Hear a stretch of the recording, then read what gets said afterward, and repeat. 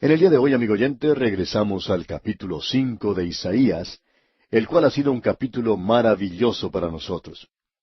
Aquí concluye esa profecía que comenzó allá en el capítulo 2, y que continuó en los capítulos 3 y 4, y ahora finaliza aquí en el capítulo 5, y que en realidad nos da una síntesis del libro completo de Isaías. Hemos tratado de destacar eso. Hemos estado considerando los 6 ayes sobre Israel, y el sexto ay, que es pronunciado aquí de parte de Dios sobre su pueblo, debemos decir que ya ha sido cumplido literalmente en cuanto se relaciona a la nación de Israel. Vimos que sería como la lengua de fuego que consume el rastrojo y la llama devora la paja. Los últimos 3 ayes que vimos producen una acumulación de castigos que sacuden como un huracán no solo a esta nación, sino a todas las naciones. Esto se menciona como uno de los grandes principios por los cuales Dios juzga a las naciones. Aunque el proceso de deterioro y la podredumbre es lento y se puede observar, el castigo llega como un fuego devorador que consume el rastrojo. Es rápido y feroz y no puede ser detenido. Es la ira del Señor que explota, como por así decirlo, en juicio.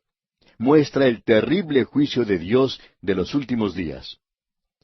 Señalamos en nuestro programa anterior algo que se dijo del Señor Jesucristo que Él no haría. Y para nosotros ese es un pasaje maravilloso, que Él no quebraría una caña cascada, ni apagaría un pábilo que humeare, pero sí llevaría a la justicia a la victoria. Ahora, ¿cómo hará eso Él? Bueno, la caña cascada se quebrará, y luego el pábilo que humea estallará en llamas, y Él no lo va a apagar. Todo lo que Él tiene que hacer es mantener sus manos a cierta distancia, y de seguro que eso es lo que Él ha hecho con algunas naciones y en las vidas de algunas personas. Y lo que ellos hacen trae su propio juicio. En cierta ciudad, las autoridades se enteraron que un médico muy respetado por la comunidad era el principal proveedor de drogas para los drogadictos.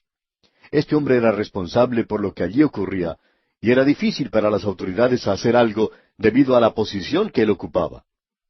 En cierta ocasión, este médico, tratando de aumentar el precio de las drogas, detuvo por cierto tiempo la provisión de esas drogas a las personas que las consumían, es decir, a los drogadictos. Ahora este hombre, por supuesto, quería ganar más dinero.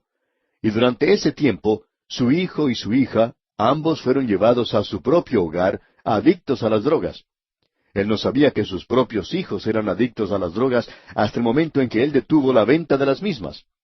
Cuando él se enteró de esto, le causó un impacto tremendo en su vida, que aparentemente provocó su muerte muy poco después. Ahora, lo que deseamos recalcar, amigo oyente, es lo siguiente, que Dios no tiene que hacer nada para juzgar. En muchos casos, Él simplemente permite que las cosas continúen su propio curso. También podemos hablar del pecado de la embriaguez en el día de hoy. Dios no hace nada en cuanto a eso. No es necesario que lo haga. La embriaguez va a traer su propio castigo. Es algo que se aproxima inexorablemente a la persona y también es algo que se aproxima a la nación. Aquellos que han tenido oportunidad de pasar años en el ministerio han podido observar esto en muchas partes.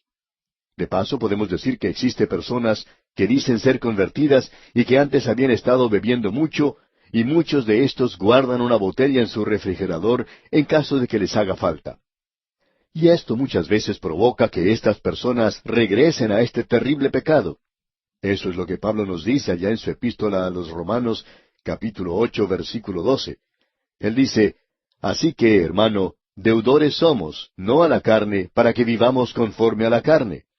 Pablo nos dice que nosotros no tenemos que vivir de acuerdo con la carne. Así es que no debemos dejar esa botella allí en el refrigerador. Tome esa botella, amigo oyente, sáquela de la casa y destrúyala. Debemos decir que hay muchos de nosotros que nos engañamos y algunos de estos pecados de seguro que nos tocan a todos nosotros. Ahora, en la primera parte del versículo 25 de este capítulo 5 de Isaías leemos, por esta causa se encendió el furor de Jehová contra su pueblo, y extendió contra él su mano, y le hirió. Este versículo es algo extraño. Hace un momento hemos estado hablando acerca del amor de Dios. El amor de Dios es algo real, y uno no puede evitar que Él ame. Pero Dios odia el pecado, y si usted va a amar el pecado, entonces va a tener que recibir la ira de Dios, el furor de Dios. Usted le ama a Él, pero el furor de Dios se enciende contra su pueblo. Esto no es contra los vecinos, es contra su propio pueblo. Dice aquí, y se estremecieron los montes, y sus cadáveres fueron arrojados en medio de las calles. Con todo esto, no ha cesado su furor, sino que todavía su mano está extendida. Ahora, si ellos regresan a Él, confían, entonces Dios los librará. Amigo oyente, permítanos decirle que el juicio de Dios está en el libro de Isaías, y allí también está la gracia de Dios. El gobierno de Dios y la gracia de Dios, y estas cosas no están en conflicto. Pero amigo oyente, si usted va a continuar en el pecado, y si usted no quiere tener la gracia de Dios, entonces usted no sabe lo que es el gobierno de Dios. Luego continúa en el mismo tenor en el resto de este capítulo, y uno puede apreciar la acumulación del juicio de Dios. El versículo 30 nos dice, «Y bramará sobre él en aquel día como bramido del mar. Entonces mirará hacia la tierra, y he aquí tinieblas de tribulación, y en sus cielos se oscurecerá la luz». Si uno tiene alguna duda en cuanto a esto, todo lo que tiene que hacer es ir y visitar esa tierra hoy. Y entonces podrá apreciar lo que le ocurrió a este pueblo que había servido a Dios, y que según algunas personas aún no ha sufrido ese juicio. No podemos ver eso de la misma manera en que lo ve otra gente. Hay personas que van a ese lugar y dicen, pero ¿no es esto algo maravilloso? Estamos viendo el cumplimiento de la profecía y este pueblo está ocupando otra vez la tierra y cosas por el estilo. Sin embargo, amigo oyente, nosotros vemos allí un pueblo en las tinieblas. Vemos un pueblo que está lejos de Dios. Vemos allí a un pueblo que hoy necesita a Dios y no están viviendo en paz.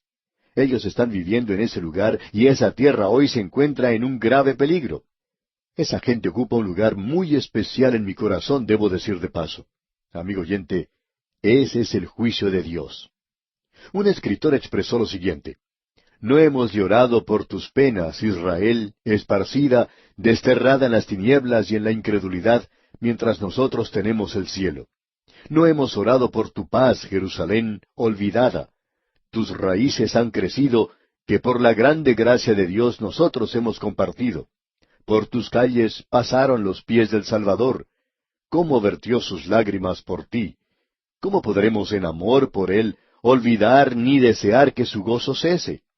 Sión, tu Dios te recuerda, aun cuando nosotros hemos sido duros contigo. Sión, tu Dios te recuerda. Con el derecho comprado con sangre para limpiarte, quiera Él quitar de nosotros este pecado por falta de oración». Opinamos, amigo oyente, que esto expresa muy bien lo que encontramos en este capítulo.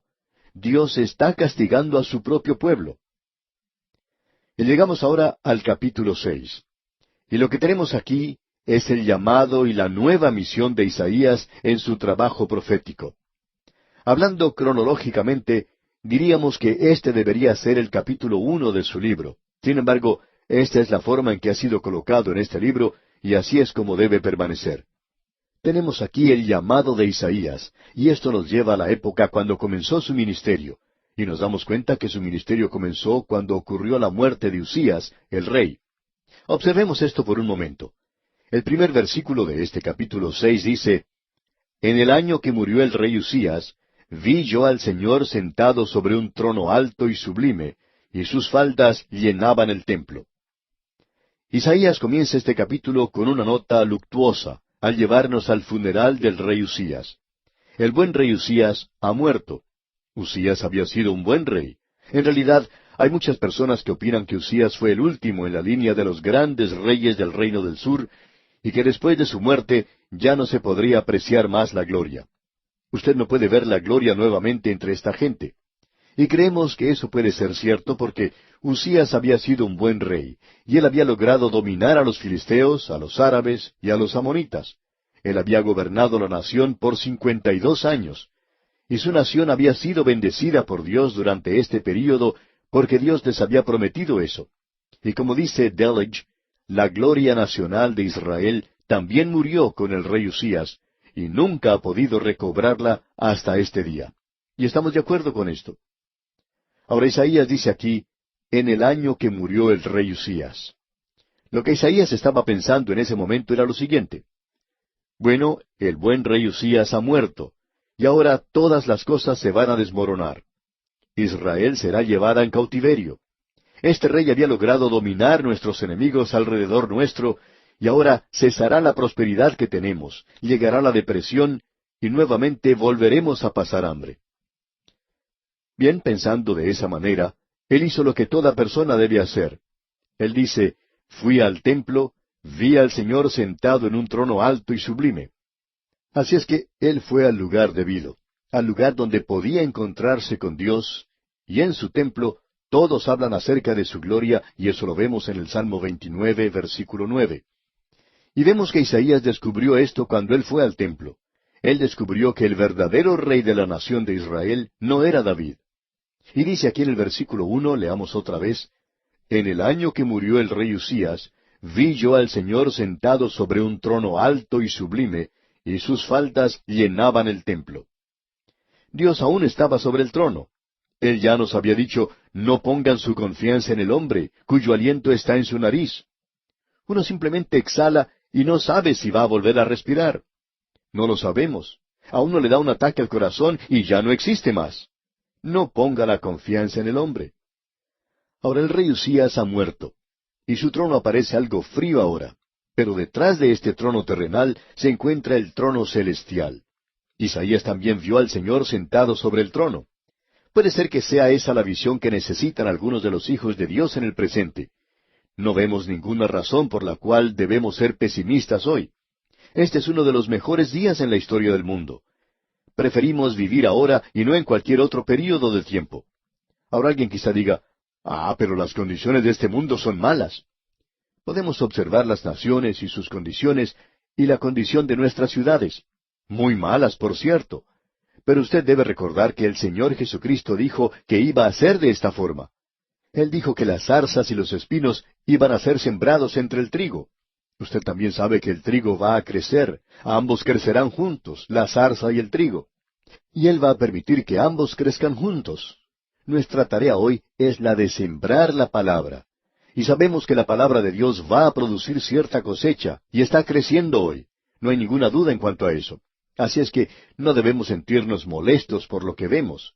El Señor dijo que Él iba a cuidar de la cosecha. Nuestro trabajo es el de sembrar la semilla, el esparcir la palabra de Dios. Así es que estamos viviendo en un día de gran oportunidad. ¿Sabía usted que hoy la palabra de Dios está siendo esparcida como nunca antes ha sucedido? Quizá nuestro esfuerzo radial sea muy pequeño comparado con los de otras personas. Hay algunos programas radiales que se escuchan por un sinnúmero de emisoras.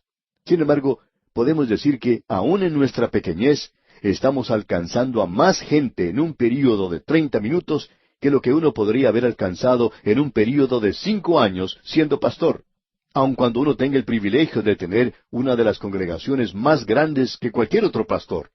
Sin embargo, eso es nada en comparación con el número de personas que pueden hoy ser alcanzadas a través de la radio con la palabra de Dios.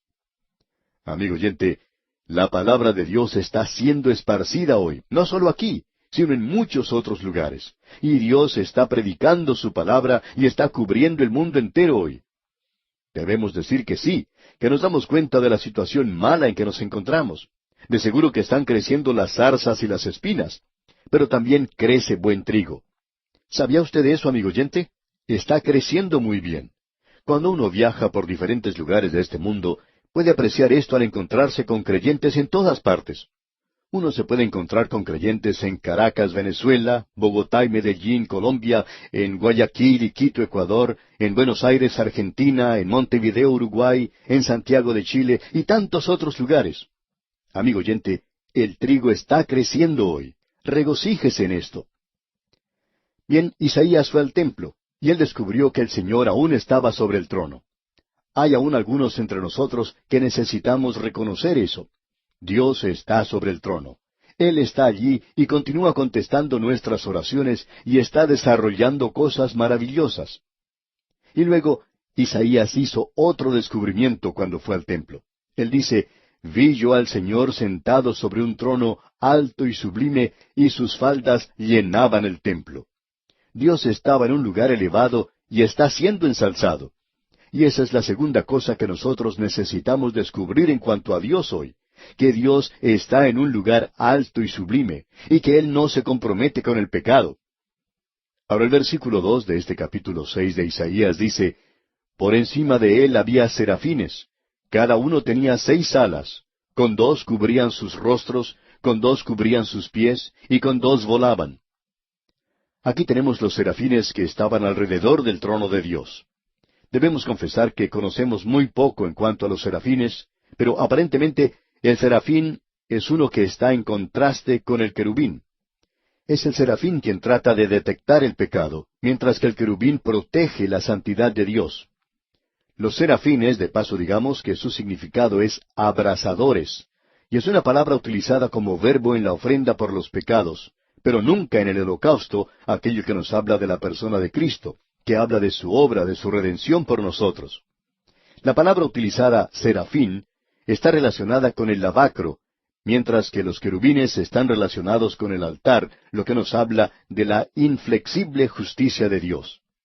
El serafín es algo activo, mientras que el querubín es pasivo. Y los encontraremos a ambos en Ezequiel y en Apocalipsis como criaturas vivientes, pero vamos a esperar hasta llegar allí para hablar acerca de esto. Así que entonces los serafines están protegiendo la santidad de Dios. Él se encuentra en un lugar alto y sublime. Dios en el día de hoy no se va a comprometer con el mal, y le damos las gracias a Él por eso. Dios nunca se compromete con el mal en su vida o en la mía, porque el mal y el pecado, amigo oyente, es lo que ha causado todo el dolor y la pena en este mundo. Esto es lo que provoca las canas, el andar tembloroso, los hombros doblegados, y es lo que hoy quebranta los hogares, arruina las vidas, llena los sepulcros. Nos alegra saber que Dios no se compromete con el mal. Dios dice que Él odia el pecado, y Él tiene la intención de destruirlo, tiene la intención de quitarlo de este universo. Y hoy nuestro Dios está avanzando sin detenerse, sin desviarse contra el pecado, y Él no tiene ninguna intención de aceptar la bandera blanca de rendición que usted le pueda ofrecer. Él tiene la intención de hacerlo desaparecer de este universo. Y esto es lo que Él dice, Él se encuentra en un lugar alto y sublime. Amigo oyente, usted y yo vamos a tener que inclinarnos ante Él, como vamos a notar en la próxima oportunidad cuando veamos que este hombre Isaías, cuando él tuvo esa visión de Dios sobre el trono alto y sublime, hizo que inclinara su rostro.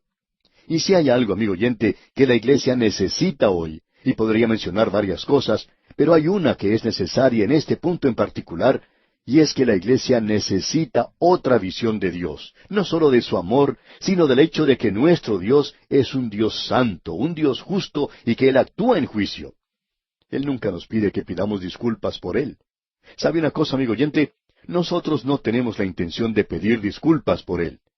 Y creo que podríamos agregar a esto lo siguiente: tómelo o déjelo. Usted puede cerrar sus ojos, usted puede poner su cabeza en la arena como se supone que lo hace el avestruz, pero el avestruz tiene más sentido común que eso. Amigo oyente, usted no puede destruir lo que la palabra de Dios dice. Dios está enojado contra el pecado, Dios va a castigar el pecado, Él dice que lo va a hacer. Usted sabe que Él es su amigo y que Él quiere salvar. Pero amigo oyente, usted tiene que acercarse a Él. Jesucristo dice, yo soy el camino, la verdad y la vida. Nadie viene al Padre sino por mí. ¿Quiere usted acercarse a Él en esta hora? Espero, y es mi ferviente oración, que usted lo haga en este momento. En el día de hoy, amigo oyente, regresamos al capítulo 6 de Isaías, y vamos a comenzar nuestra lectura en el versículo 3. En este capítulo 6 de Isaías encontramos el llamado y la nueva misión del profeta Isaías. Esto tuvo lugar en una época bastante tenebrosa para el profeta. Él menciona al comienzo de este capítulo el funeral del rey Usías. Dice, en el año que murió el rey Usías. Y con pensamientos lúgubres, este hombre opinaba que las cosas por afuera se veían bastante malas y que llegarían a ser peores. Así es que, pensando de esa manera, fue al templo y allí encontró 2 maravillosas sorpresas para él. Como vimos en nuestro programa anterior, en primer lugar, él vio que Dios estaba sobre todo. Él dice, En el año que murió el rey Usías, vi yo al Señor sentado sobre un trono. Y luego dice que el Señor se encontraba sobre un trono alto y sublime, y sus faldas llenaban el templo. Después, Isaías vio a los serafines con 6 alas cada uno, y éstos se encontraban alrededor del trono. Ya hemos dicho que los querubines son aquellos que protegen el trono de Dios, y que los serafines son aquellos que escudriñan. Aquí se menciona a los serafines escudriñando, declarando el pecado. Y en el versículo 3 leemos, y el uno al otro daba voces diciendo, Santo, Santo, Santo, Jehová de los ejércitos. Toda la tierra está llena de su gloria. Amigo oyente, este es un cuadro de la santidad y de la gloria de nuestro Dios. Él está en una posición elevada, alta, sublime. Y si nosotros pudiéramos verle a Él hoy de esa manera, nos libraríamos de vivir de una forma baja, nos libraríamos de esa familiaridad que algunos parecen tener con Jesús. Hablan de Él como si fuera un camarada cualquiera, como si pudieran hablar de Él de cualquier manera. Amigo oyente, usted no puede entrar precipitadamente en la presencia de Dios. Usted no puede hacer eso. Él no permite que usted haga eso. Usted puede ir al Padre a través del Señor Jesucristo. Esa es la única forma en que usted puede llegar a Él. Usted nunca puede llegar a Él por la clase de persona que usted es. Usted puede llegar a Él porque está en Cristo. El Señor Jesucristo dijo, Nadie viene al Padre sino por mí. Eso es lo que el Señor Jesucristo dijo con toda claridad. Y si nosotros somos hijos suyos, podemos entrar con libertad y confianza al trono de la gracia. Usted no puede llegar a Dios, amigo oyente, hoy de ninguna otra manera. La gracia de Dios ha sido extendida para usted de una manera privada.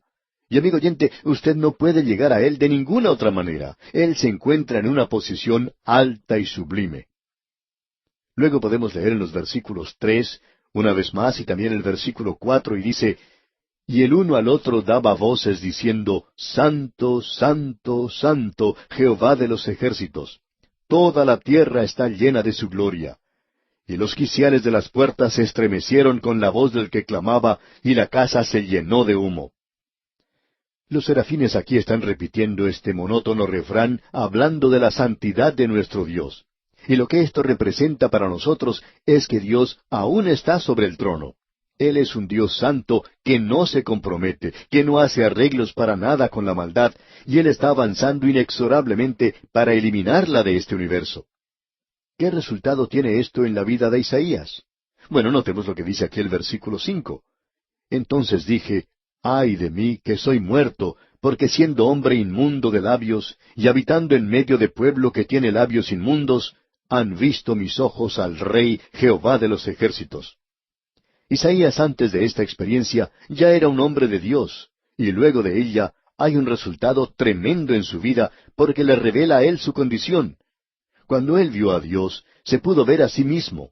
Y el problema con muchos de nosotros hoy, amigo oyente, es que no andamos en la luz de la palabra de Dios. Y si nosotros hiciéramos eso, entonces podríamos vernos a nosotros mismos tal cual somos.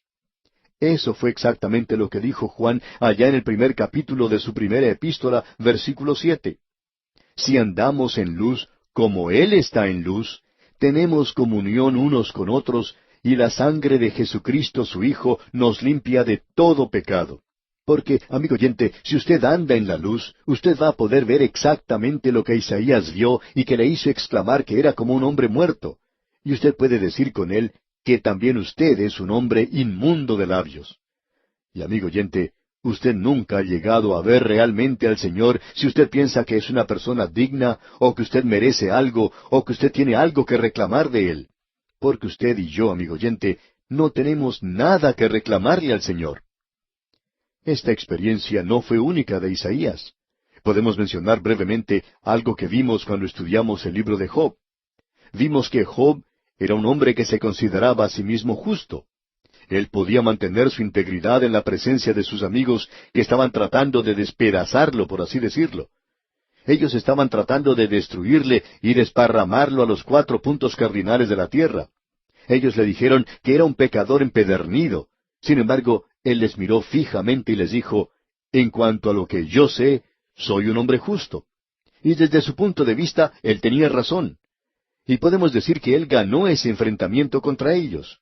Pero amigo oyente, Job no era perfecto. Él llegó a la presencia de Dios, y cuando Dios le escuchó a él y le permitió ver lo que Dios era, este hombre Job ya no continúa hablando acerca de mantener su propia justicia. Él dijo, de oídas te había oído, mas ahora mis ojos te ven. Por tanto, me aborrezco y me arrepiento en polvo y ceniza. Amigo oyente, si usted anda en la luz de la palabra de Dios, usted podrá verse a sí mismo y usted podrá conocer que como hijo de Dios, usted necesitará de la sangre de Jesucristo para que le limpie de todo pecado. Este es el cuadro de la humanidad del día de hoy, y ese es el cuadro que tenemos aquí en cuanto a este hombre Isaías. Usted puede ver que esa fue la misma reacción que tuvieron otras personas que llegaron a la presencia de Dios.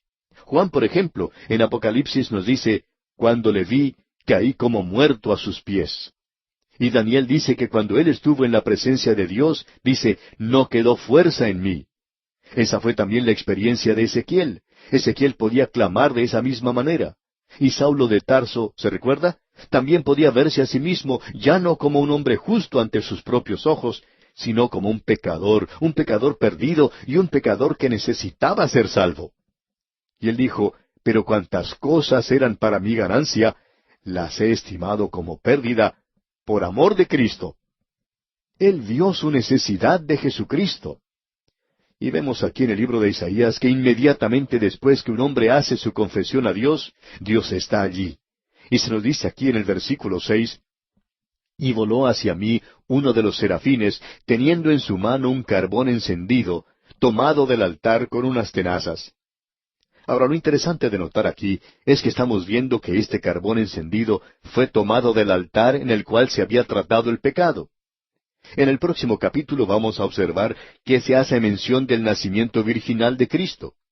Debemos destacar que no es la encarnación de Cristo la que salva, sino que es la muerte sobre la cruz.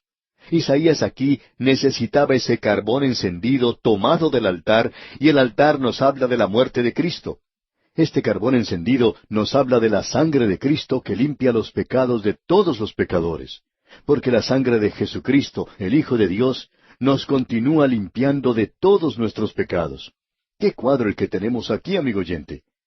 Ahora el versículo 7 dice, y tocando con él sobre mi boca, dijo, he aquí que esto tocó tus labios, y es quitada tu culpa, y limpio tu pecado. Él tocó sus labios. Isaías era un hombre de labios inmundos, y por supuesto que la condición para la limpieza es la confesión. El apóstol Juan dice allá en su primera epístola, capítulo 1, versículo 9, si confesamos nuestros pecados, Él es fiel y justo para perdonar nuestros pecados y limpiarnos de toda maldad. Por tanto, creemos que ese carbón encendido que tenemos aquí en Isaías no es otro sino el mismo Señor Jesucristo. Aquel que estaba en un trono alto y sublime fue el mismo que fue levantado sobre una cruz. Era absolutamente esencial que Él fuera levantado porque Él descendió a este mundo y llegó a ser uno de nosotros para poder llegar a ser así el Cordero de Dios que quita el pecado del mundo. Así es que los labios de este hombre son limpiados. Tomamos esto como una manifestación externa del hecho que el hombre interno es limpio, ya que lo que sale del corazón del hombre pasa a través de sus labios, y cuando sus labios son limpiados, el corazón también es limpiado. Isaías dice aquí que él era un hombre muerto, y es lo mismo que el apóstol Pablo expresa cuando dice en el capítulo 7, versículo 24 de su epístola a los Romanos, miserable de mí, ¿quién me librará de este cuerpo de muerte? Él no era un pecador perdido, pero era un santo de Dios aprendiendo una lección de Dios, de que él necesitaba andar en el Espíritu y que él no podía vivir para Dios por sí mismo. Esto solo puede lograrse por gracia divina, y aquí se nos dice que existe cierta responsabilidad. El apóstol Pablo lo expresó cuando le escribió a ese joven predicador Timoteo en su segunda epístola a Timoteo, capítulo 2 y versículo 21, donde le dice, así que, si alguno se limpia de estas cosas, será instrumento para honra, santificado, útil al Señor y dispuesto para toda buena obra. Así es que necesitamos tener la aplicación de la redención de Cristo en nuestras propias vidas una y otra vez. Bien, volviendo a Isaías, notamos que después que él es limpiado, purificado, ocurre algo. Leamos los versículos 6 y 7 de este capítulo 6 de Isaías. Y voló hacia mí uno de los serafines, teniendo en su mano un carbón encendido, tomado del altar con unas tenazas, y tocando con él sobre mi boca, dijo, He aquí que esto tocó tus labios, y es quitada tu culpa, y limpio tu pecado. Luego dice en el versículo 8, Después oí la voz del Señor que decía, ¿A quién enviaré, y quién irá por nosotros? Entonces respondí yo, Heme aquí, envíame a mí. Esto es algo bastante interesante. Hasta esta ocasión, Isaías nunca había escuchado el llamado de Dios.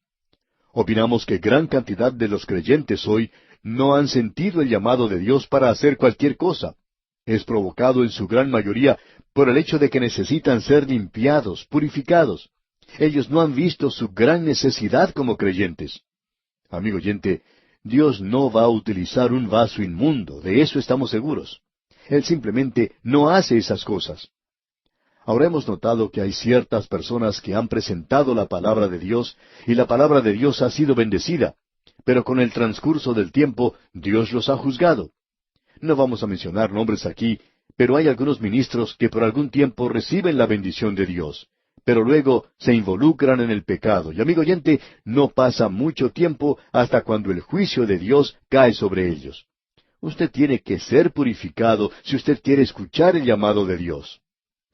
Y ahora Isaías escucha ese llamado. ¿A quién enviaré y quién irá por nosotros? Ahora no creemos que sea necesario destacar aquí, en esta frase, el hecho de que tenemos primero el singular y luego el plural.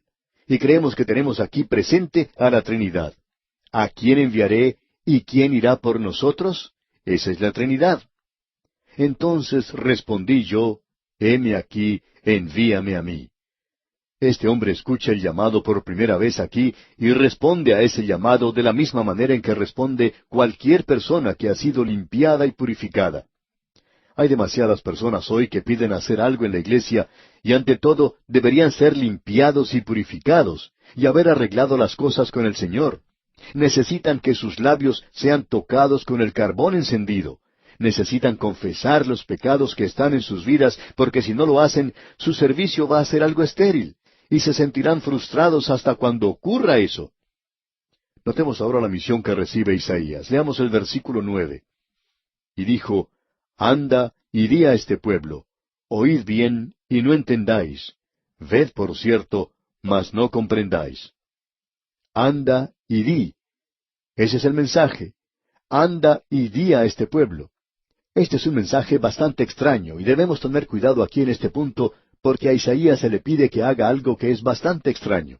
El mensaje dice, Anda y di a este pueblo. Ahora confiamos que podamos entender que este pueblo aquí, en esta ocasión, indicaba a la nación de Israel.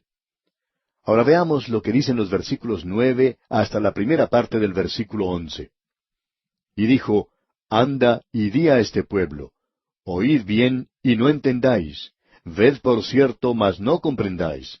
Engruesa el corazón de este pueblo y agrava sus oídos y ciega sus ojos, para que no vea con sus ojos, ni oiga con sus oídos, ni su corazón entienda, ni se convierta, y haya para él sanidad. Y yo dije, ¿hasta cuándo, Señor?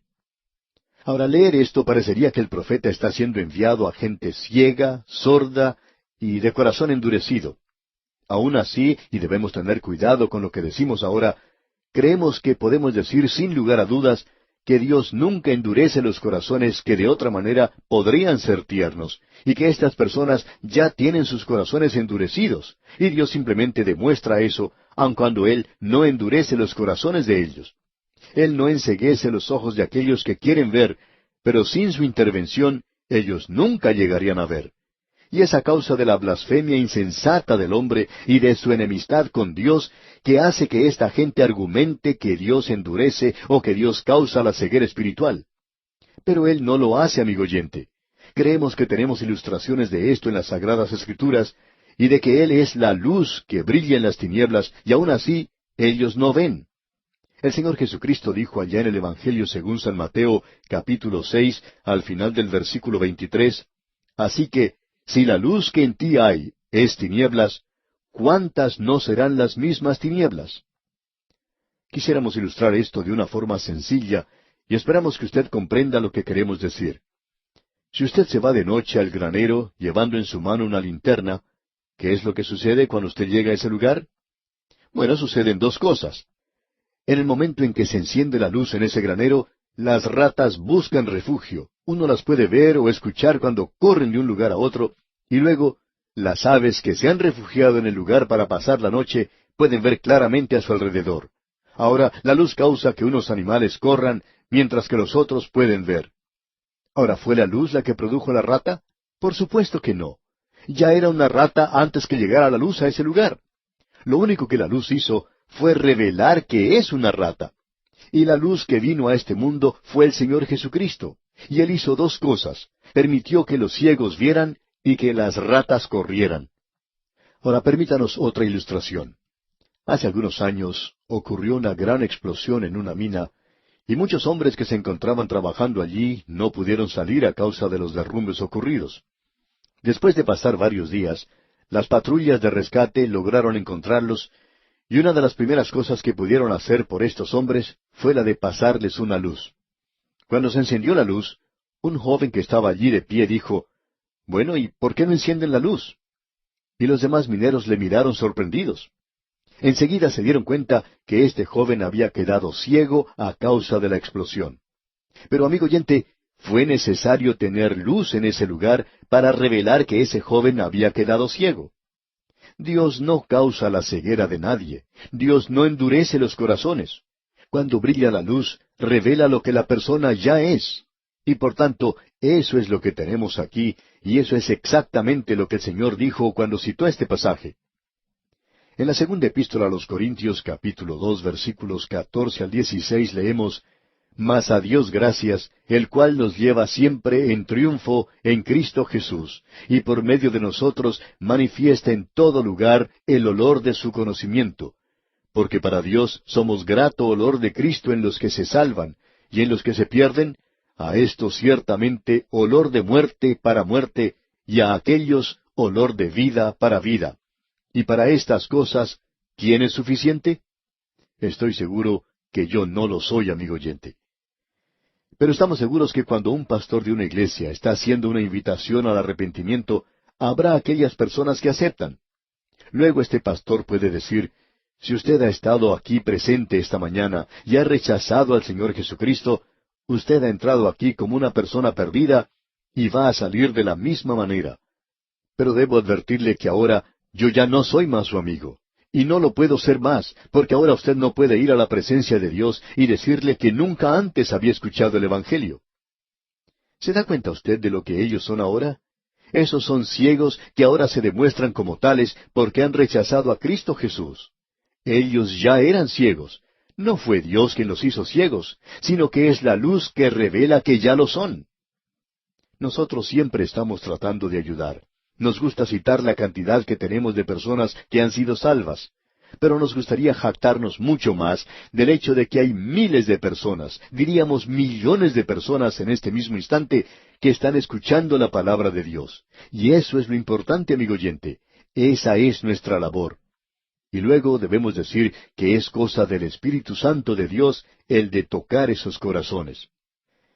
Bien, y aquí nos detenemos por hoy porque nuestro tiempo ha llegado a su fin por el día de hoy.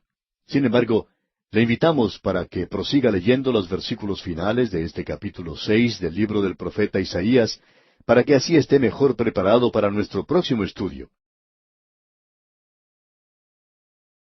En el día de hoy, amigo oyente, vamos a considerar la primera parte del capítulo 7 de Isaías, y esto tiene que ver con la profecía en cuanto al nacimiento virginal del Señor Jesucristo.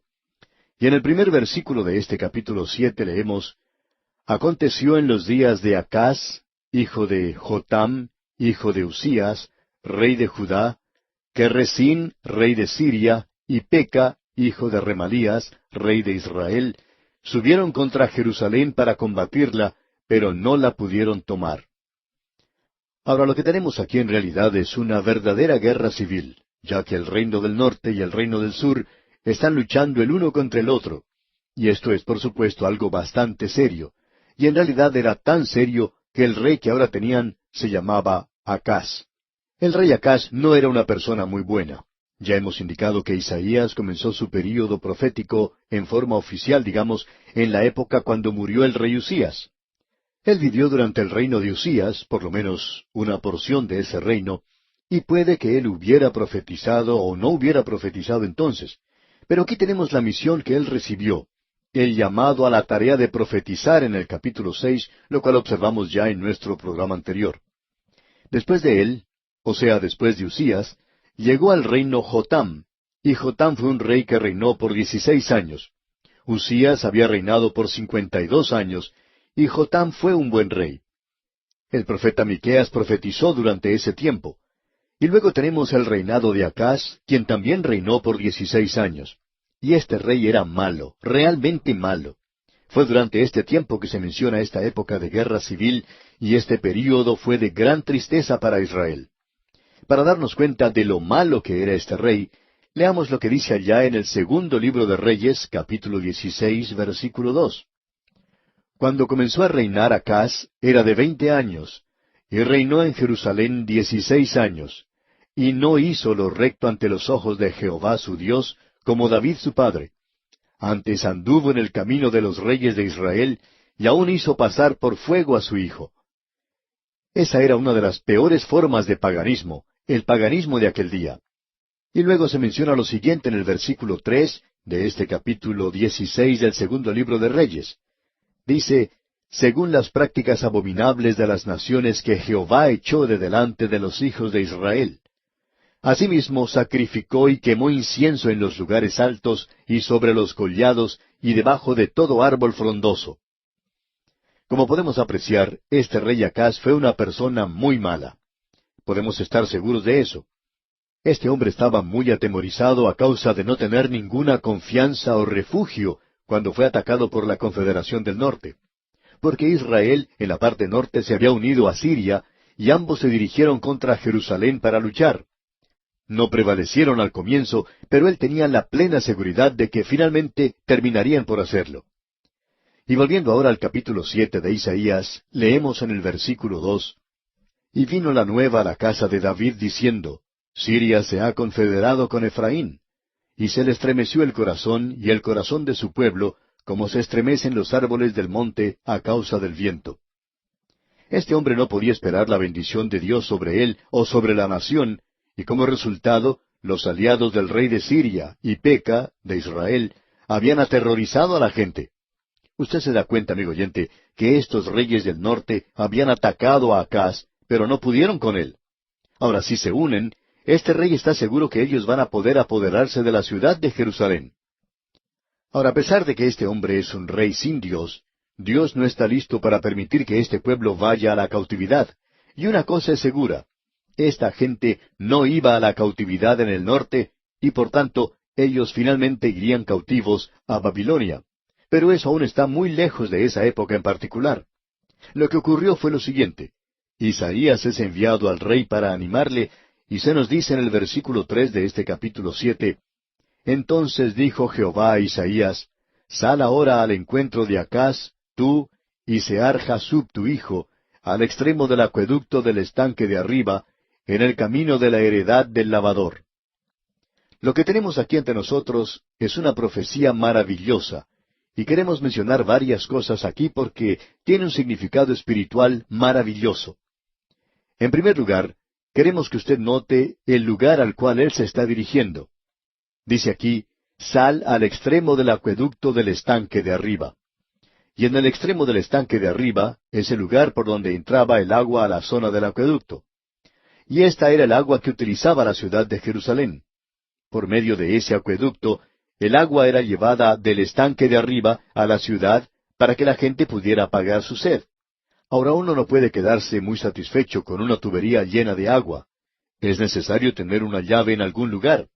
Uno tiene que ir al lugar donde el agua sale de esa tubería. Ahora usted no va a recibir ninguna bendición de esa casa de David. Sin embargo, hacia el final llega alguien, y no es accidente que el Señor Jesucristo haya dicho que Él era el agua de vida. Él formaba parte del linaje de David para traer el agua de vida. Allí es donde finalizaba el acueducto. Esto es bastante interesante. Consideremos ahora la palabra utilizada para estanque. Dice que es al extremo del acueducto del estanque de arriba. De esa palabra en el idioma hebreo proviene la palabra bendición, y eso es en realidad el significado de la raíz de esta palabra. Una fuente de agua, porque en ese lugar una fuente de agua es una bendición. Esa misma palabra es utilizada allá en el Salmo 84, versículo 6, donde dice, cuando la lluvia llena los estanques. Y esa palabra es baraka. También es traducida como bendición y es algo bastante interesante. Es el estanque de arriba. Es la misma palabra utilizada para el Altísimo. Usted recuerda que se menciona a aquel que salió al encuentro de Abraham y que era Melquisedec, rey de Salem y sacerdote del Dios Altísimo. Ahora esta es una bendición del Dios Altísimo, dada en el extremo del acueducto cuando Cristo vino al mundo. Esto es algo bastante interesante, y no es ningún accidente, amigo oyente. Y luego dice, en el camino de la heredad del lavador. Esa es la segunda cosa que deseamos destacar. En el libro de Proverbios, capítulo 16, versículo 17, leemos, el camino de los rectos se aparta del mal. Y es el camino de santidad, y se nos dice en este mismo libro de Isaías, allá en el capítulo 35, versículo 8, y habrá allí calzada y camino, y será llamado camino de santidad. Lo interesante aquí es que tenemos a aquel que es el camino, la verdad y la vida. Este camino es llamado de la heredad del lavador. Y ese es el lugar donde la gente iba a lavar sus ropas. Era la lavandería de aquel día. Y amigo oyente, si usted quiere tener sus ropas limpias, va a tener que ir al Señor Jesucristo. Él dijo que nosotros podíamos ser limpiados por medio de las palabras que Él pronunció. Y no es ningún accidente que este hombre Isaías fuera enviado a este lugar tan interesante. Y aun eso tiene un significado espiritual, como usted bien puede apreciarlo. Ahora aquí tenemos algo más. Se le indica a Isaías que lleve a su hijo, Sear Jasub. Ese es un nombre muy diferente a lo que estamos acostumbrados a escuchar en el día de hoy. Pero no es nada comparado con el nombre que tiene el segundo hijo de Isaías.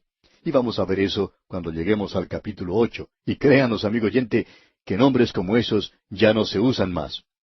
Ahora bien, el nombre de este jovencito es Sear Jasub. Y eso quiere decir, un remanente volverá. Y lo interesante acerca de este muchacho es que Dios siempre ha tenido un remanente que es fiel a él. Y eso es lo que es importante aquí. Ha habido quienes han tratado de identificar a este muchacho con el hijo de la Virgen, pero no hay ni siquiera una comparación aquí. Hablando honradamente, usted no podría hacer ninguna clase de conexión entre estos dos. Notemos ahora lo que él tenía que decir aquí en los versículos 4 hasta el 9 de este capítulo 7 de Isaías. Y dile, guarda y repósate, no temas ni se turbe tu corazón a causa de estos dos cabos de tizón que humean por el ardor de la ira de Resín y de Siria y del hijo de Remalías. Ha acordado maligno consejo contra ti el sirio, con Efraín y con el hijo de Remalías, diciendo, vamos contra Judá y aterroricémosla, y repartámosla entre nosotros, y pongamos en medio de ella por rey al hijo de Tabeel. Por tanto, Jehová el Señor dice así, no subsistirá ni será, porque la cabeza de Siria es Damasco, y la cabeza de Damasco Resín, y dentro de 65 años, Efraín será quebrantado hasta dejar de ser pueblo, y la cabeza de Efraín es Samaria, y la cabeza de Samaria el hijo de Remalías. Si vosotros no creyereis, de cierto no permaneceréis. El tenor de este mensaje era el de hacerle saber a Acaz que no había necesidad de parte de él de tener temor, que él no tenía por qué estar atemorizado de la alianza de sus enemigos en el norte. Dios ya había determinado que esa aventura iba a fracasar. El asunto es cómo iba a saber este hombre Acaz lo que iba a ocurrir. Para comenzar tenemos que decir que él no era creyente. Este hombre es un escéptico. Es un hombre lleno de dudas. ¿Cómo puede ser convencido? Amigo oyente, Dios nunca le ha pedido a nadie que crea alguna cosa que no tenga una base sólida. Y no sabemos por qué hay algunas personas que piensan hoy que esto significa el ir a un lugar ciegamente y decir, bueno, yo estoy confiando en Dios. Amigo oyente, eso es obrar insensatamente. Dios nunca le pidió a usted que actúe en esa manera. Usted puede darse cuenta que en el día de hoy, para nuestra salvación, no tenemos que traer un pequeño cordero. Nosotros miramos en fe al hecho histórico cuando el Hijo de Dios vino a este mundo, y eso descansa sobre su muerte y su sepultura y su resurrección. Esos son los hechos históricos. Dios nunca nos pide que demos un salto en las tinieblas. Él le ha pedido a usted que crea y que confíe en algo que está descansando en una base firme, y es por cierto una base firme. Es la única base. Porque nadie, dice la Escritura, puede poner otro fundamento que el que está puesto, el cual es Jesucristo. Dios, amigo oyente, no le está pidiendo que usted edifique castillos en el aire, en el espacio sideral. Y a este hombre que no cree, se le pide que acepte este fundamento. Dios no está pidiéndole a él que crea simplemente porque lo dijo Isaías. Hay personas que dicen, bueno, yo quiero creer, estoy buscando la verdad. Sin embargo, esa misma persona está viviendo en adulterio. Amigo oyente, los ojos de nadie han sido cegados hoy. No hay ningún velo allí, con excepción del que pone usted mismo. Si usted quiere realmente llegar a saberlo, deje a un lado su pecado y ponga sus ojos en Cristo. Él hará que todo esto sea real y verdadero. El problema hoy es que hay muchos que en realidad no quieren hacer esto con Dios para nada. Es lo mismo que ocurre con este rey que mencionamos aquí. Escuche lo que dicen los versículos 10 y 11 de este capítulo 7 de Isaías. Habló también Jehová a Acaz diciendo, Pide para ti señal de Jehová tu Dios, demandándola ya sea de abajo en lo profundo o de arriba en lo alto. Es decir, Dios le está diciendo a este hombre, yo reforzaré tu fe. Yo sé que tú no la tienes, pero yo te daré fe. Y la forma en que te dará esa fe es el que tú pidas una señal. Yo te daré una señal. Ahora este hombre en realidad es un fraude. Y tenemos muchos de esta clase alrededor nuestro en el día de hoy. Note usted lo que dice aquí en el versículo 12. Y respondió Acaz, no pediré y no tentaré a Jehová. ¿No es eso algo bueno de parte de él, amigo oyente? Parece tan piadoso. Pero este hombre en realidad está siendo sin duda alguna un gran hipócrita. Ahora escuche lo que Dios dice, porque creemos que esto es algo que en realidad hace enojar a Dios. Es esta clase de gente en la iglesia, y Dios dice que Él los va a vomitar de Él, de su boca algún día. Eso es exactamente lo que usted tiene aquí. Dios está diciendo, yo te voy a dar una señal. Permítanos contarle una historia aquí. En cierta clase de escuela dominical, una maestra estaba contando a los niños la parábola del buen samaritano. Y ella estaba exagerando bastante las cosas. Ella contaba acerca del hombre que había caído en manos de los ladrones. Contaba cómo había sido golpeado, que había quedado tirado en el camino y que su sangre estaba manando a borbotones, y ella exageraba mucho esto. Luego les contó a los niños acerca del sacerdote y del fariseo, y finalmente acerca del buen samaritano. Luego ella quería terminar esto haciendo una aplicación para los niños. Ella fue preguntando alrededor de la clase lo que estos niños hubieran hecho en su lugar. Una de las niñas dijo, yo hubiera hecho lo que hizo el buen samaritano. Me hubiera quedado con él y le habría ayudado por unos cuantos días. Y el muchachito que estaba al lado de ella, que no quería quedarse atrás, que no quería ser menos, dijo, yo le hubiera comprado algunos dulces y se los hubiera dejado con él. Y la maestra siguió haciendo la misma pregunta a los demás niños. Finalmente llegó a una pequeñita que estaba con su rostro congestionado, casi de color verde, como las personas que se marean en un barco. Y la maestra le preguntó qué era lo que ella hubiera hecho. A lo cual la niña respondió, yo creo que hubiera vomitado. Amigo oyente, esa maestra había presentado un cuadro algo exagerado ante los niños, y esa pequeña muchachita era bastante honrada en la respuesta que dio. Y creemos que Dios también hizo esta clase de cosa. Eso es lo que Él dice a la iglesia en la Odisea, y les dice que Él los iba a vomitar de su boca. Amigo oyente, ¿no cree usted que está tratando de ser demasiado piadoso cuando dice, yo no voy a probar a Dios? Pero Dios dice, pruébame, y yo te mostraré si soy bueno o no. Y hay mucha gente así hoy. Nos cansan en realidad por la forma en que actúan tratando de ser tan piadosos, diciendo que ellos no dan pasos en la fe. Amigo oyente, espere hasta que Dios ponga una roca debajo de usted. Espere hasta que Dios le indique de una forma bien directa antes de pasar por tonto o cometer algún error y provocar que la demás gente critique la causa de Cristo. Ahora en el versículo 13 de este capítulo 7 de Isaías que estamos estudiando, leemos, dijo entonces Isaías, oíd ahora, casa de David. ¿Os es poco el ser molestos a los hombres, sino que también lo seáis a mi Dios? Y eso es lo que Dios dice, ustedes me están cansando. A Él no le gusta esto para nada. Dios dice ahora, ¿no me vas a pedir una señal? Bien, yo voy a dar una señal, no para ti, porque tú eres un fraude, tú eres un pseudo rey, aun cuando estás en el linaje de David. Vendrá alguien más adelante. Por tanto, el Señor mismo os dará señal. ¿A quién? A la casa de David. Y en el versículo 14 leemos, por tanto, el Señor mismo os dará señal. He aquí que la Virgen concebirá y dará a luz un hijo, y llamará su nombre Emmanuel. Dios tiene un fundamento debajo de él.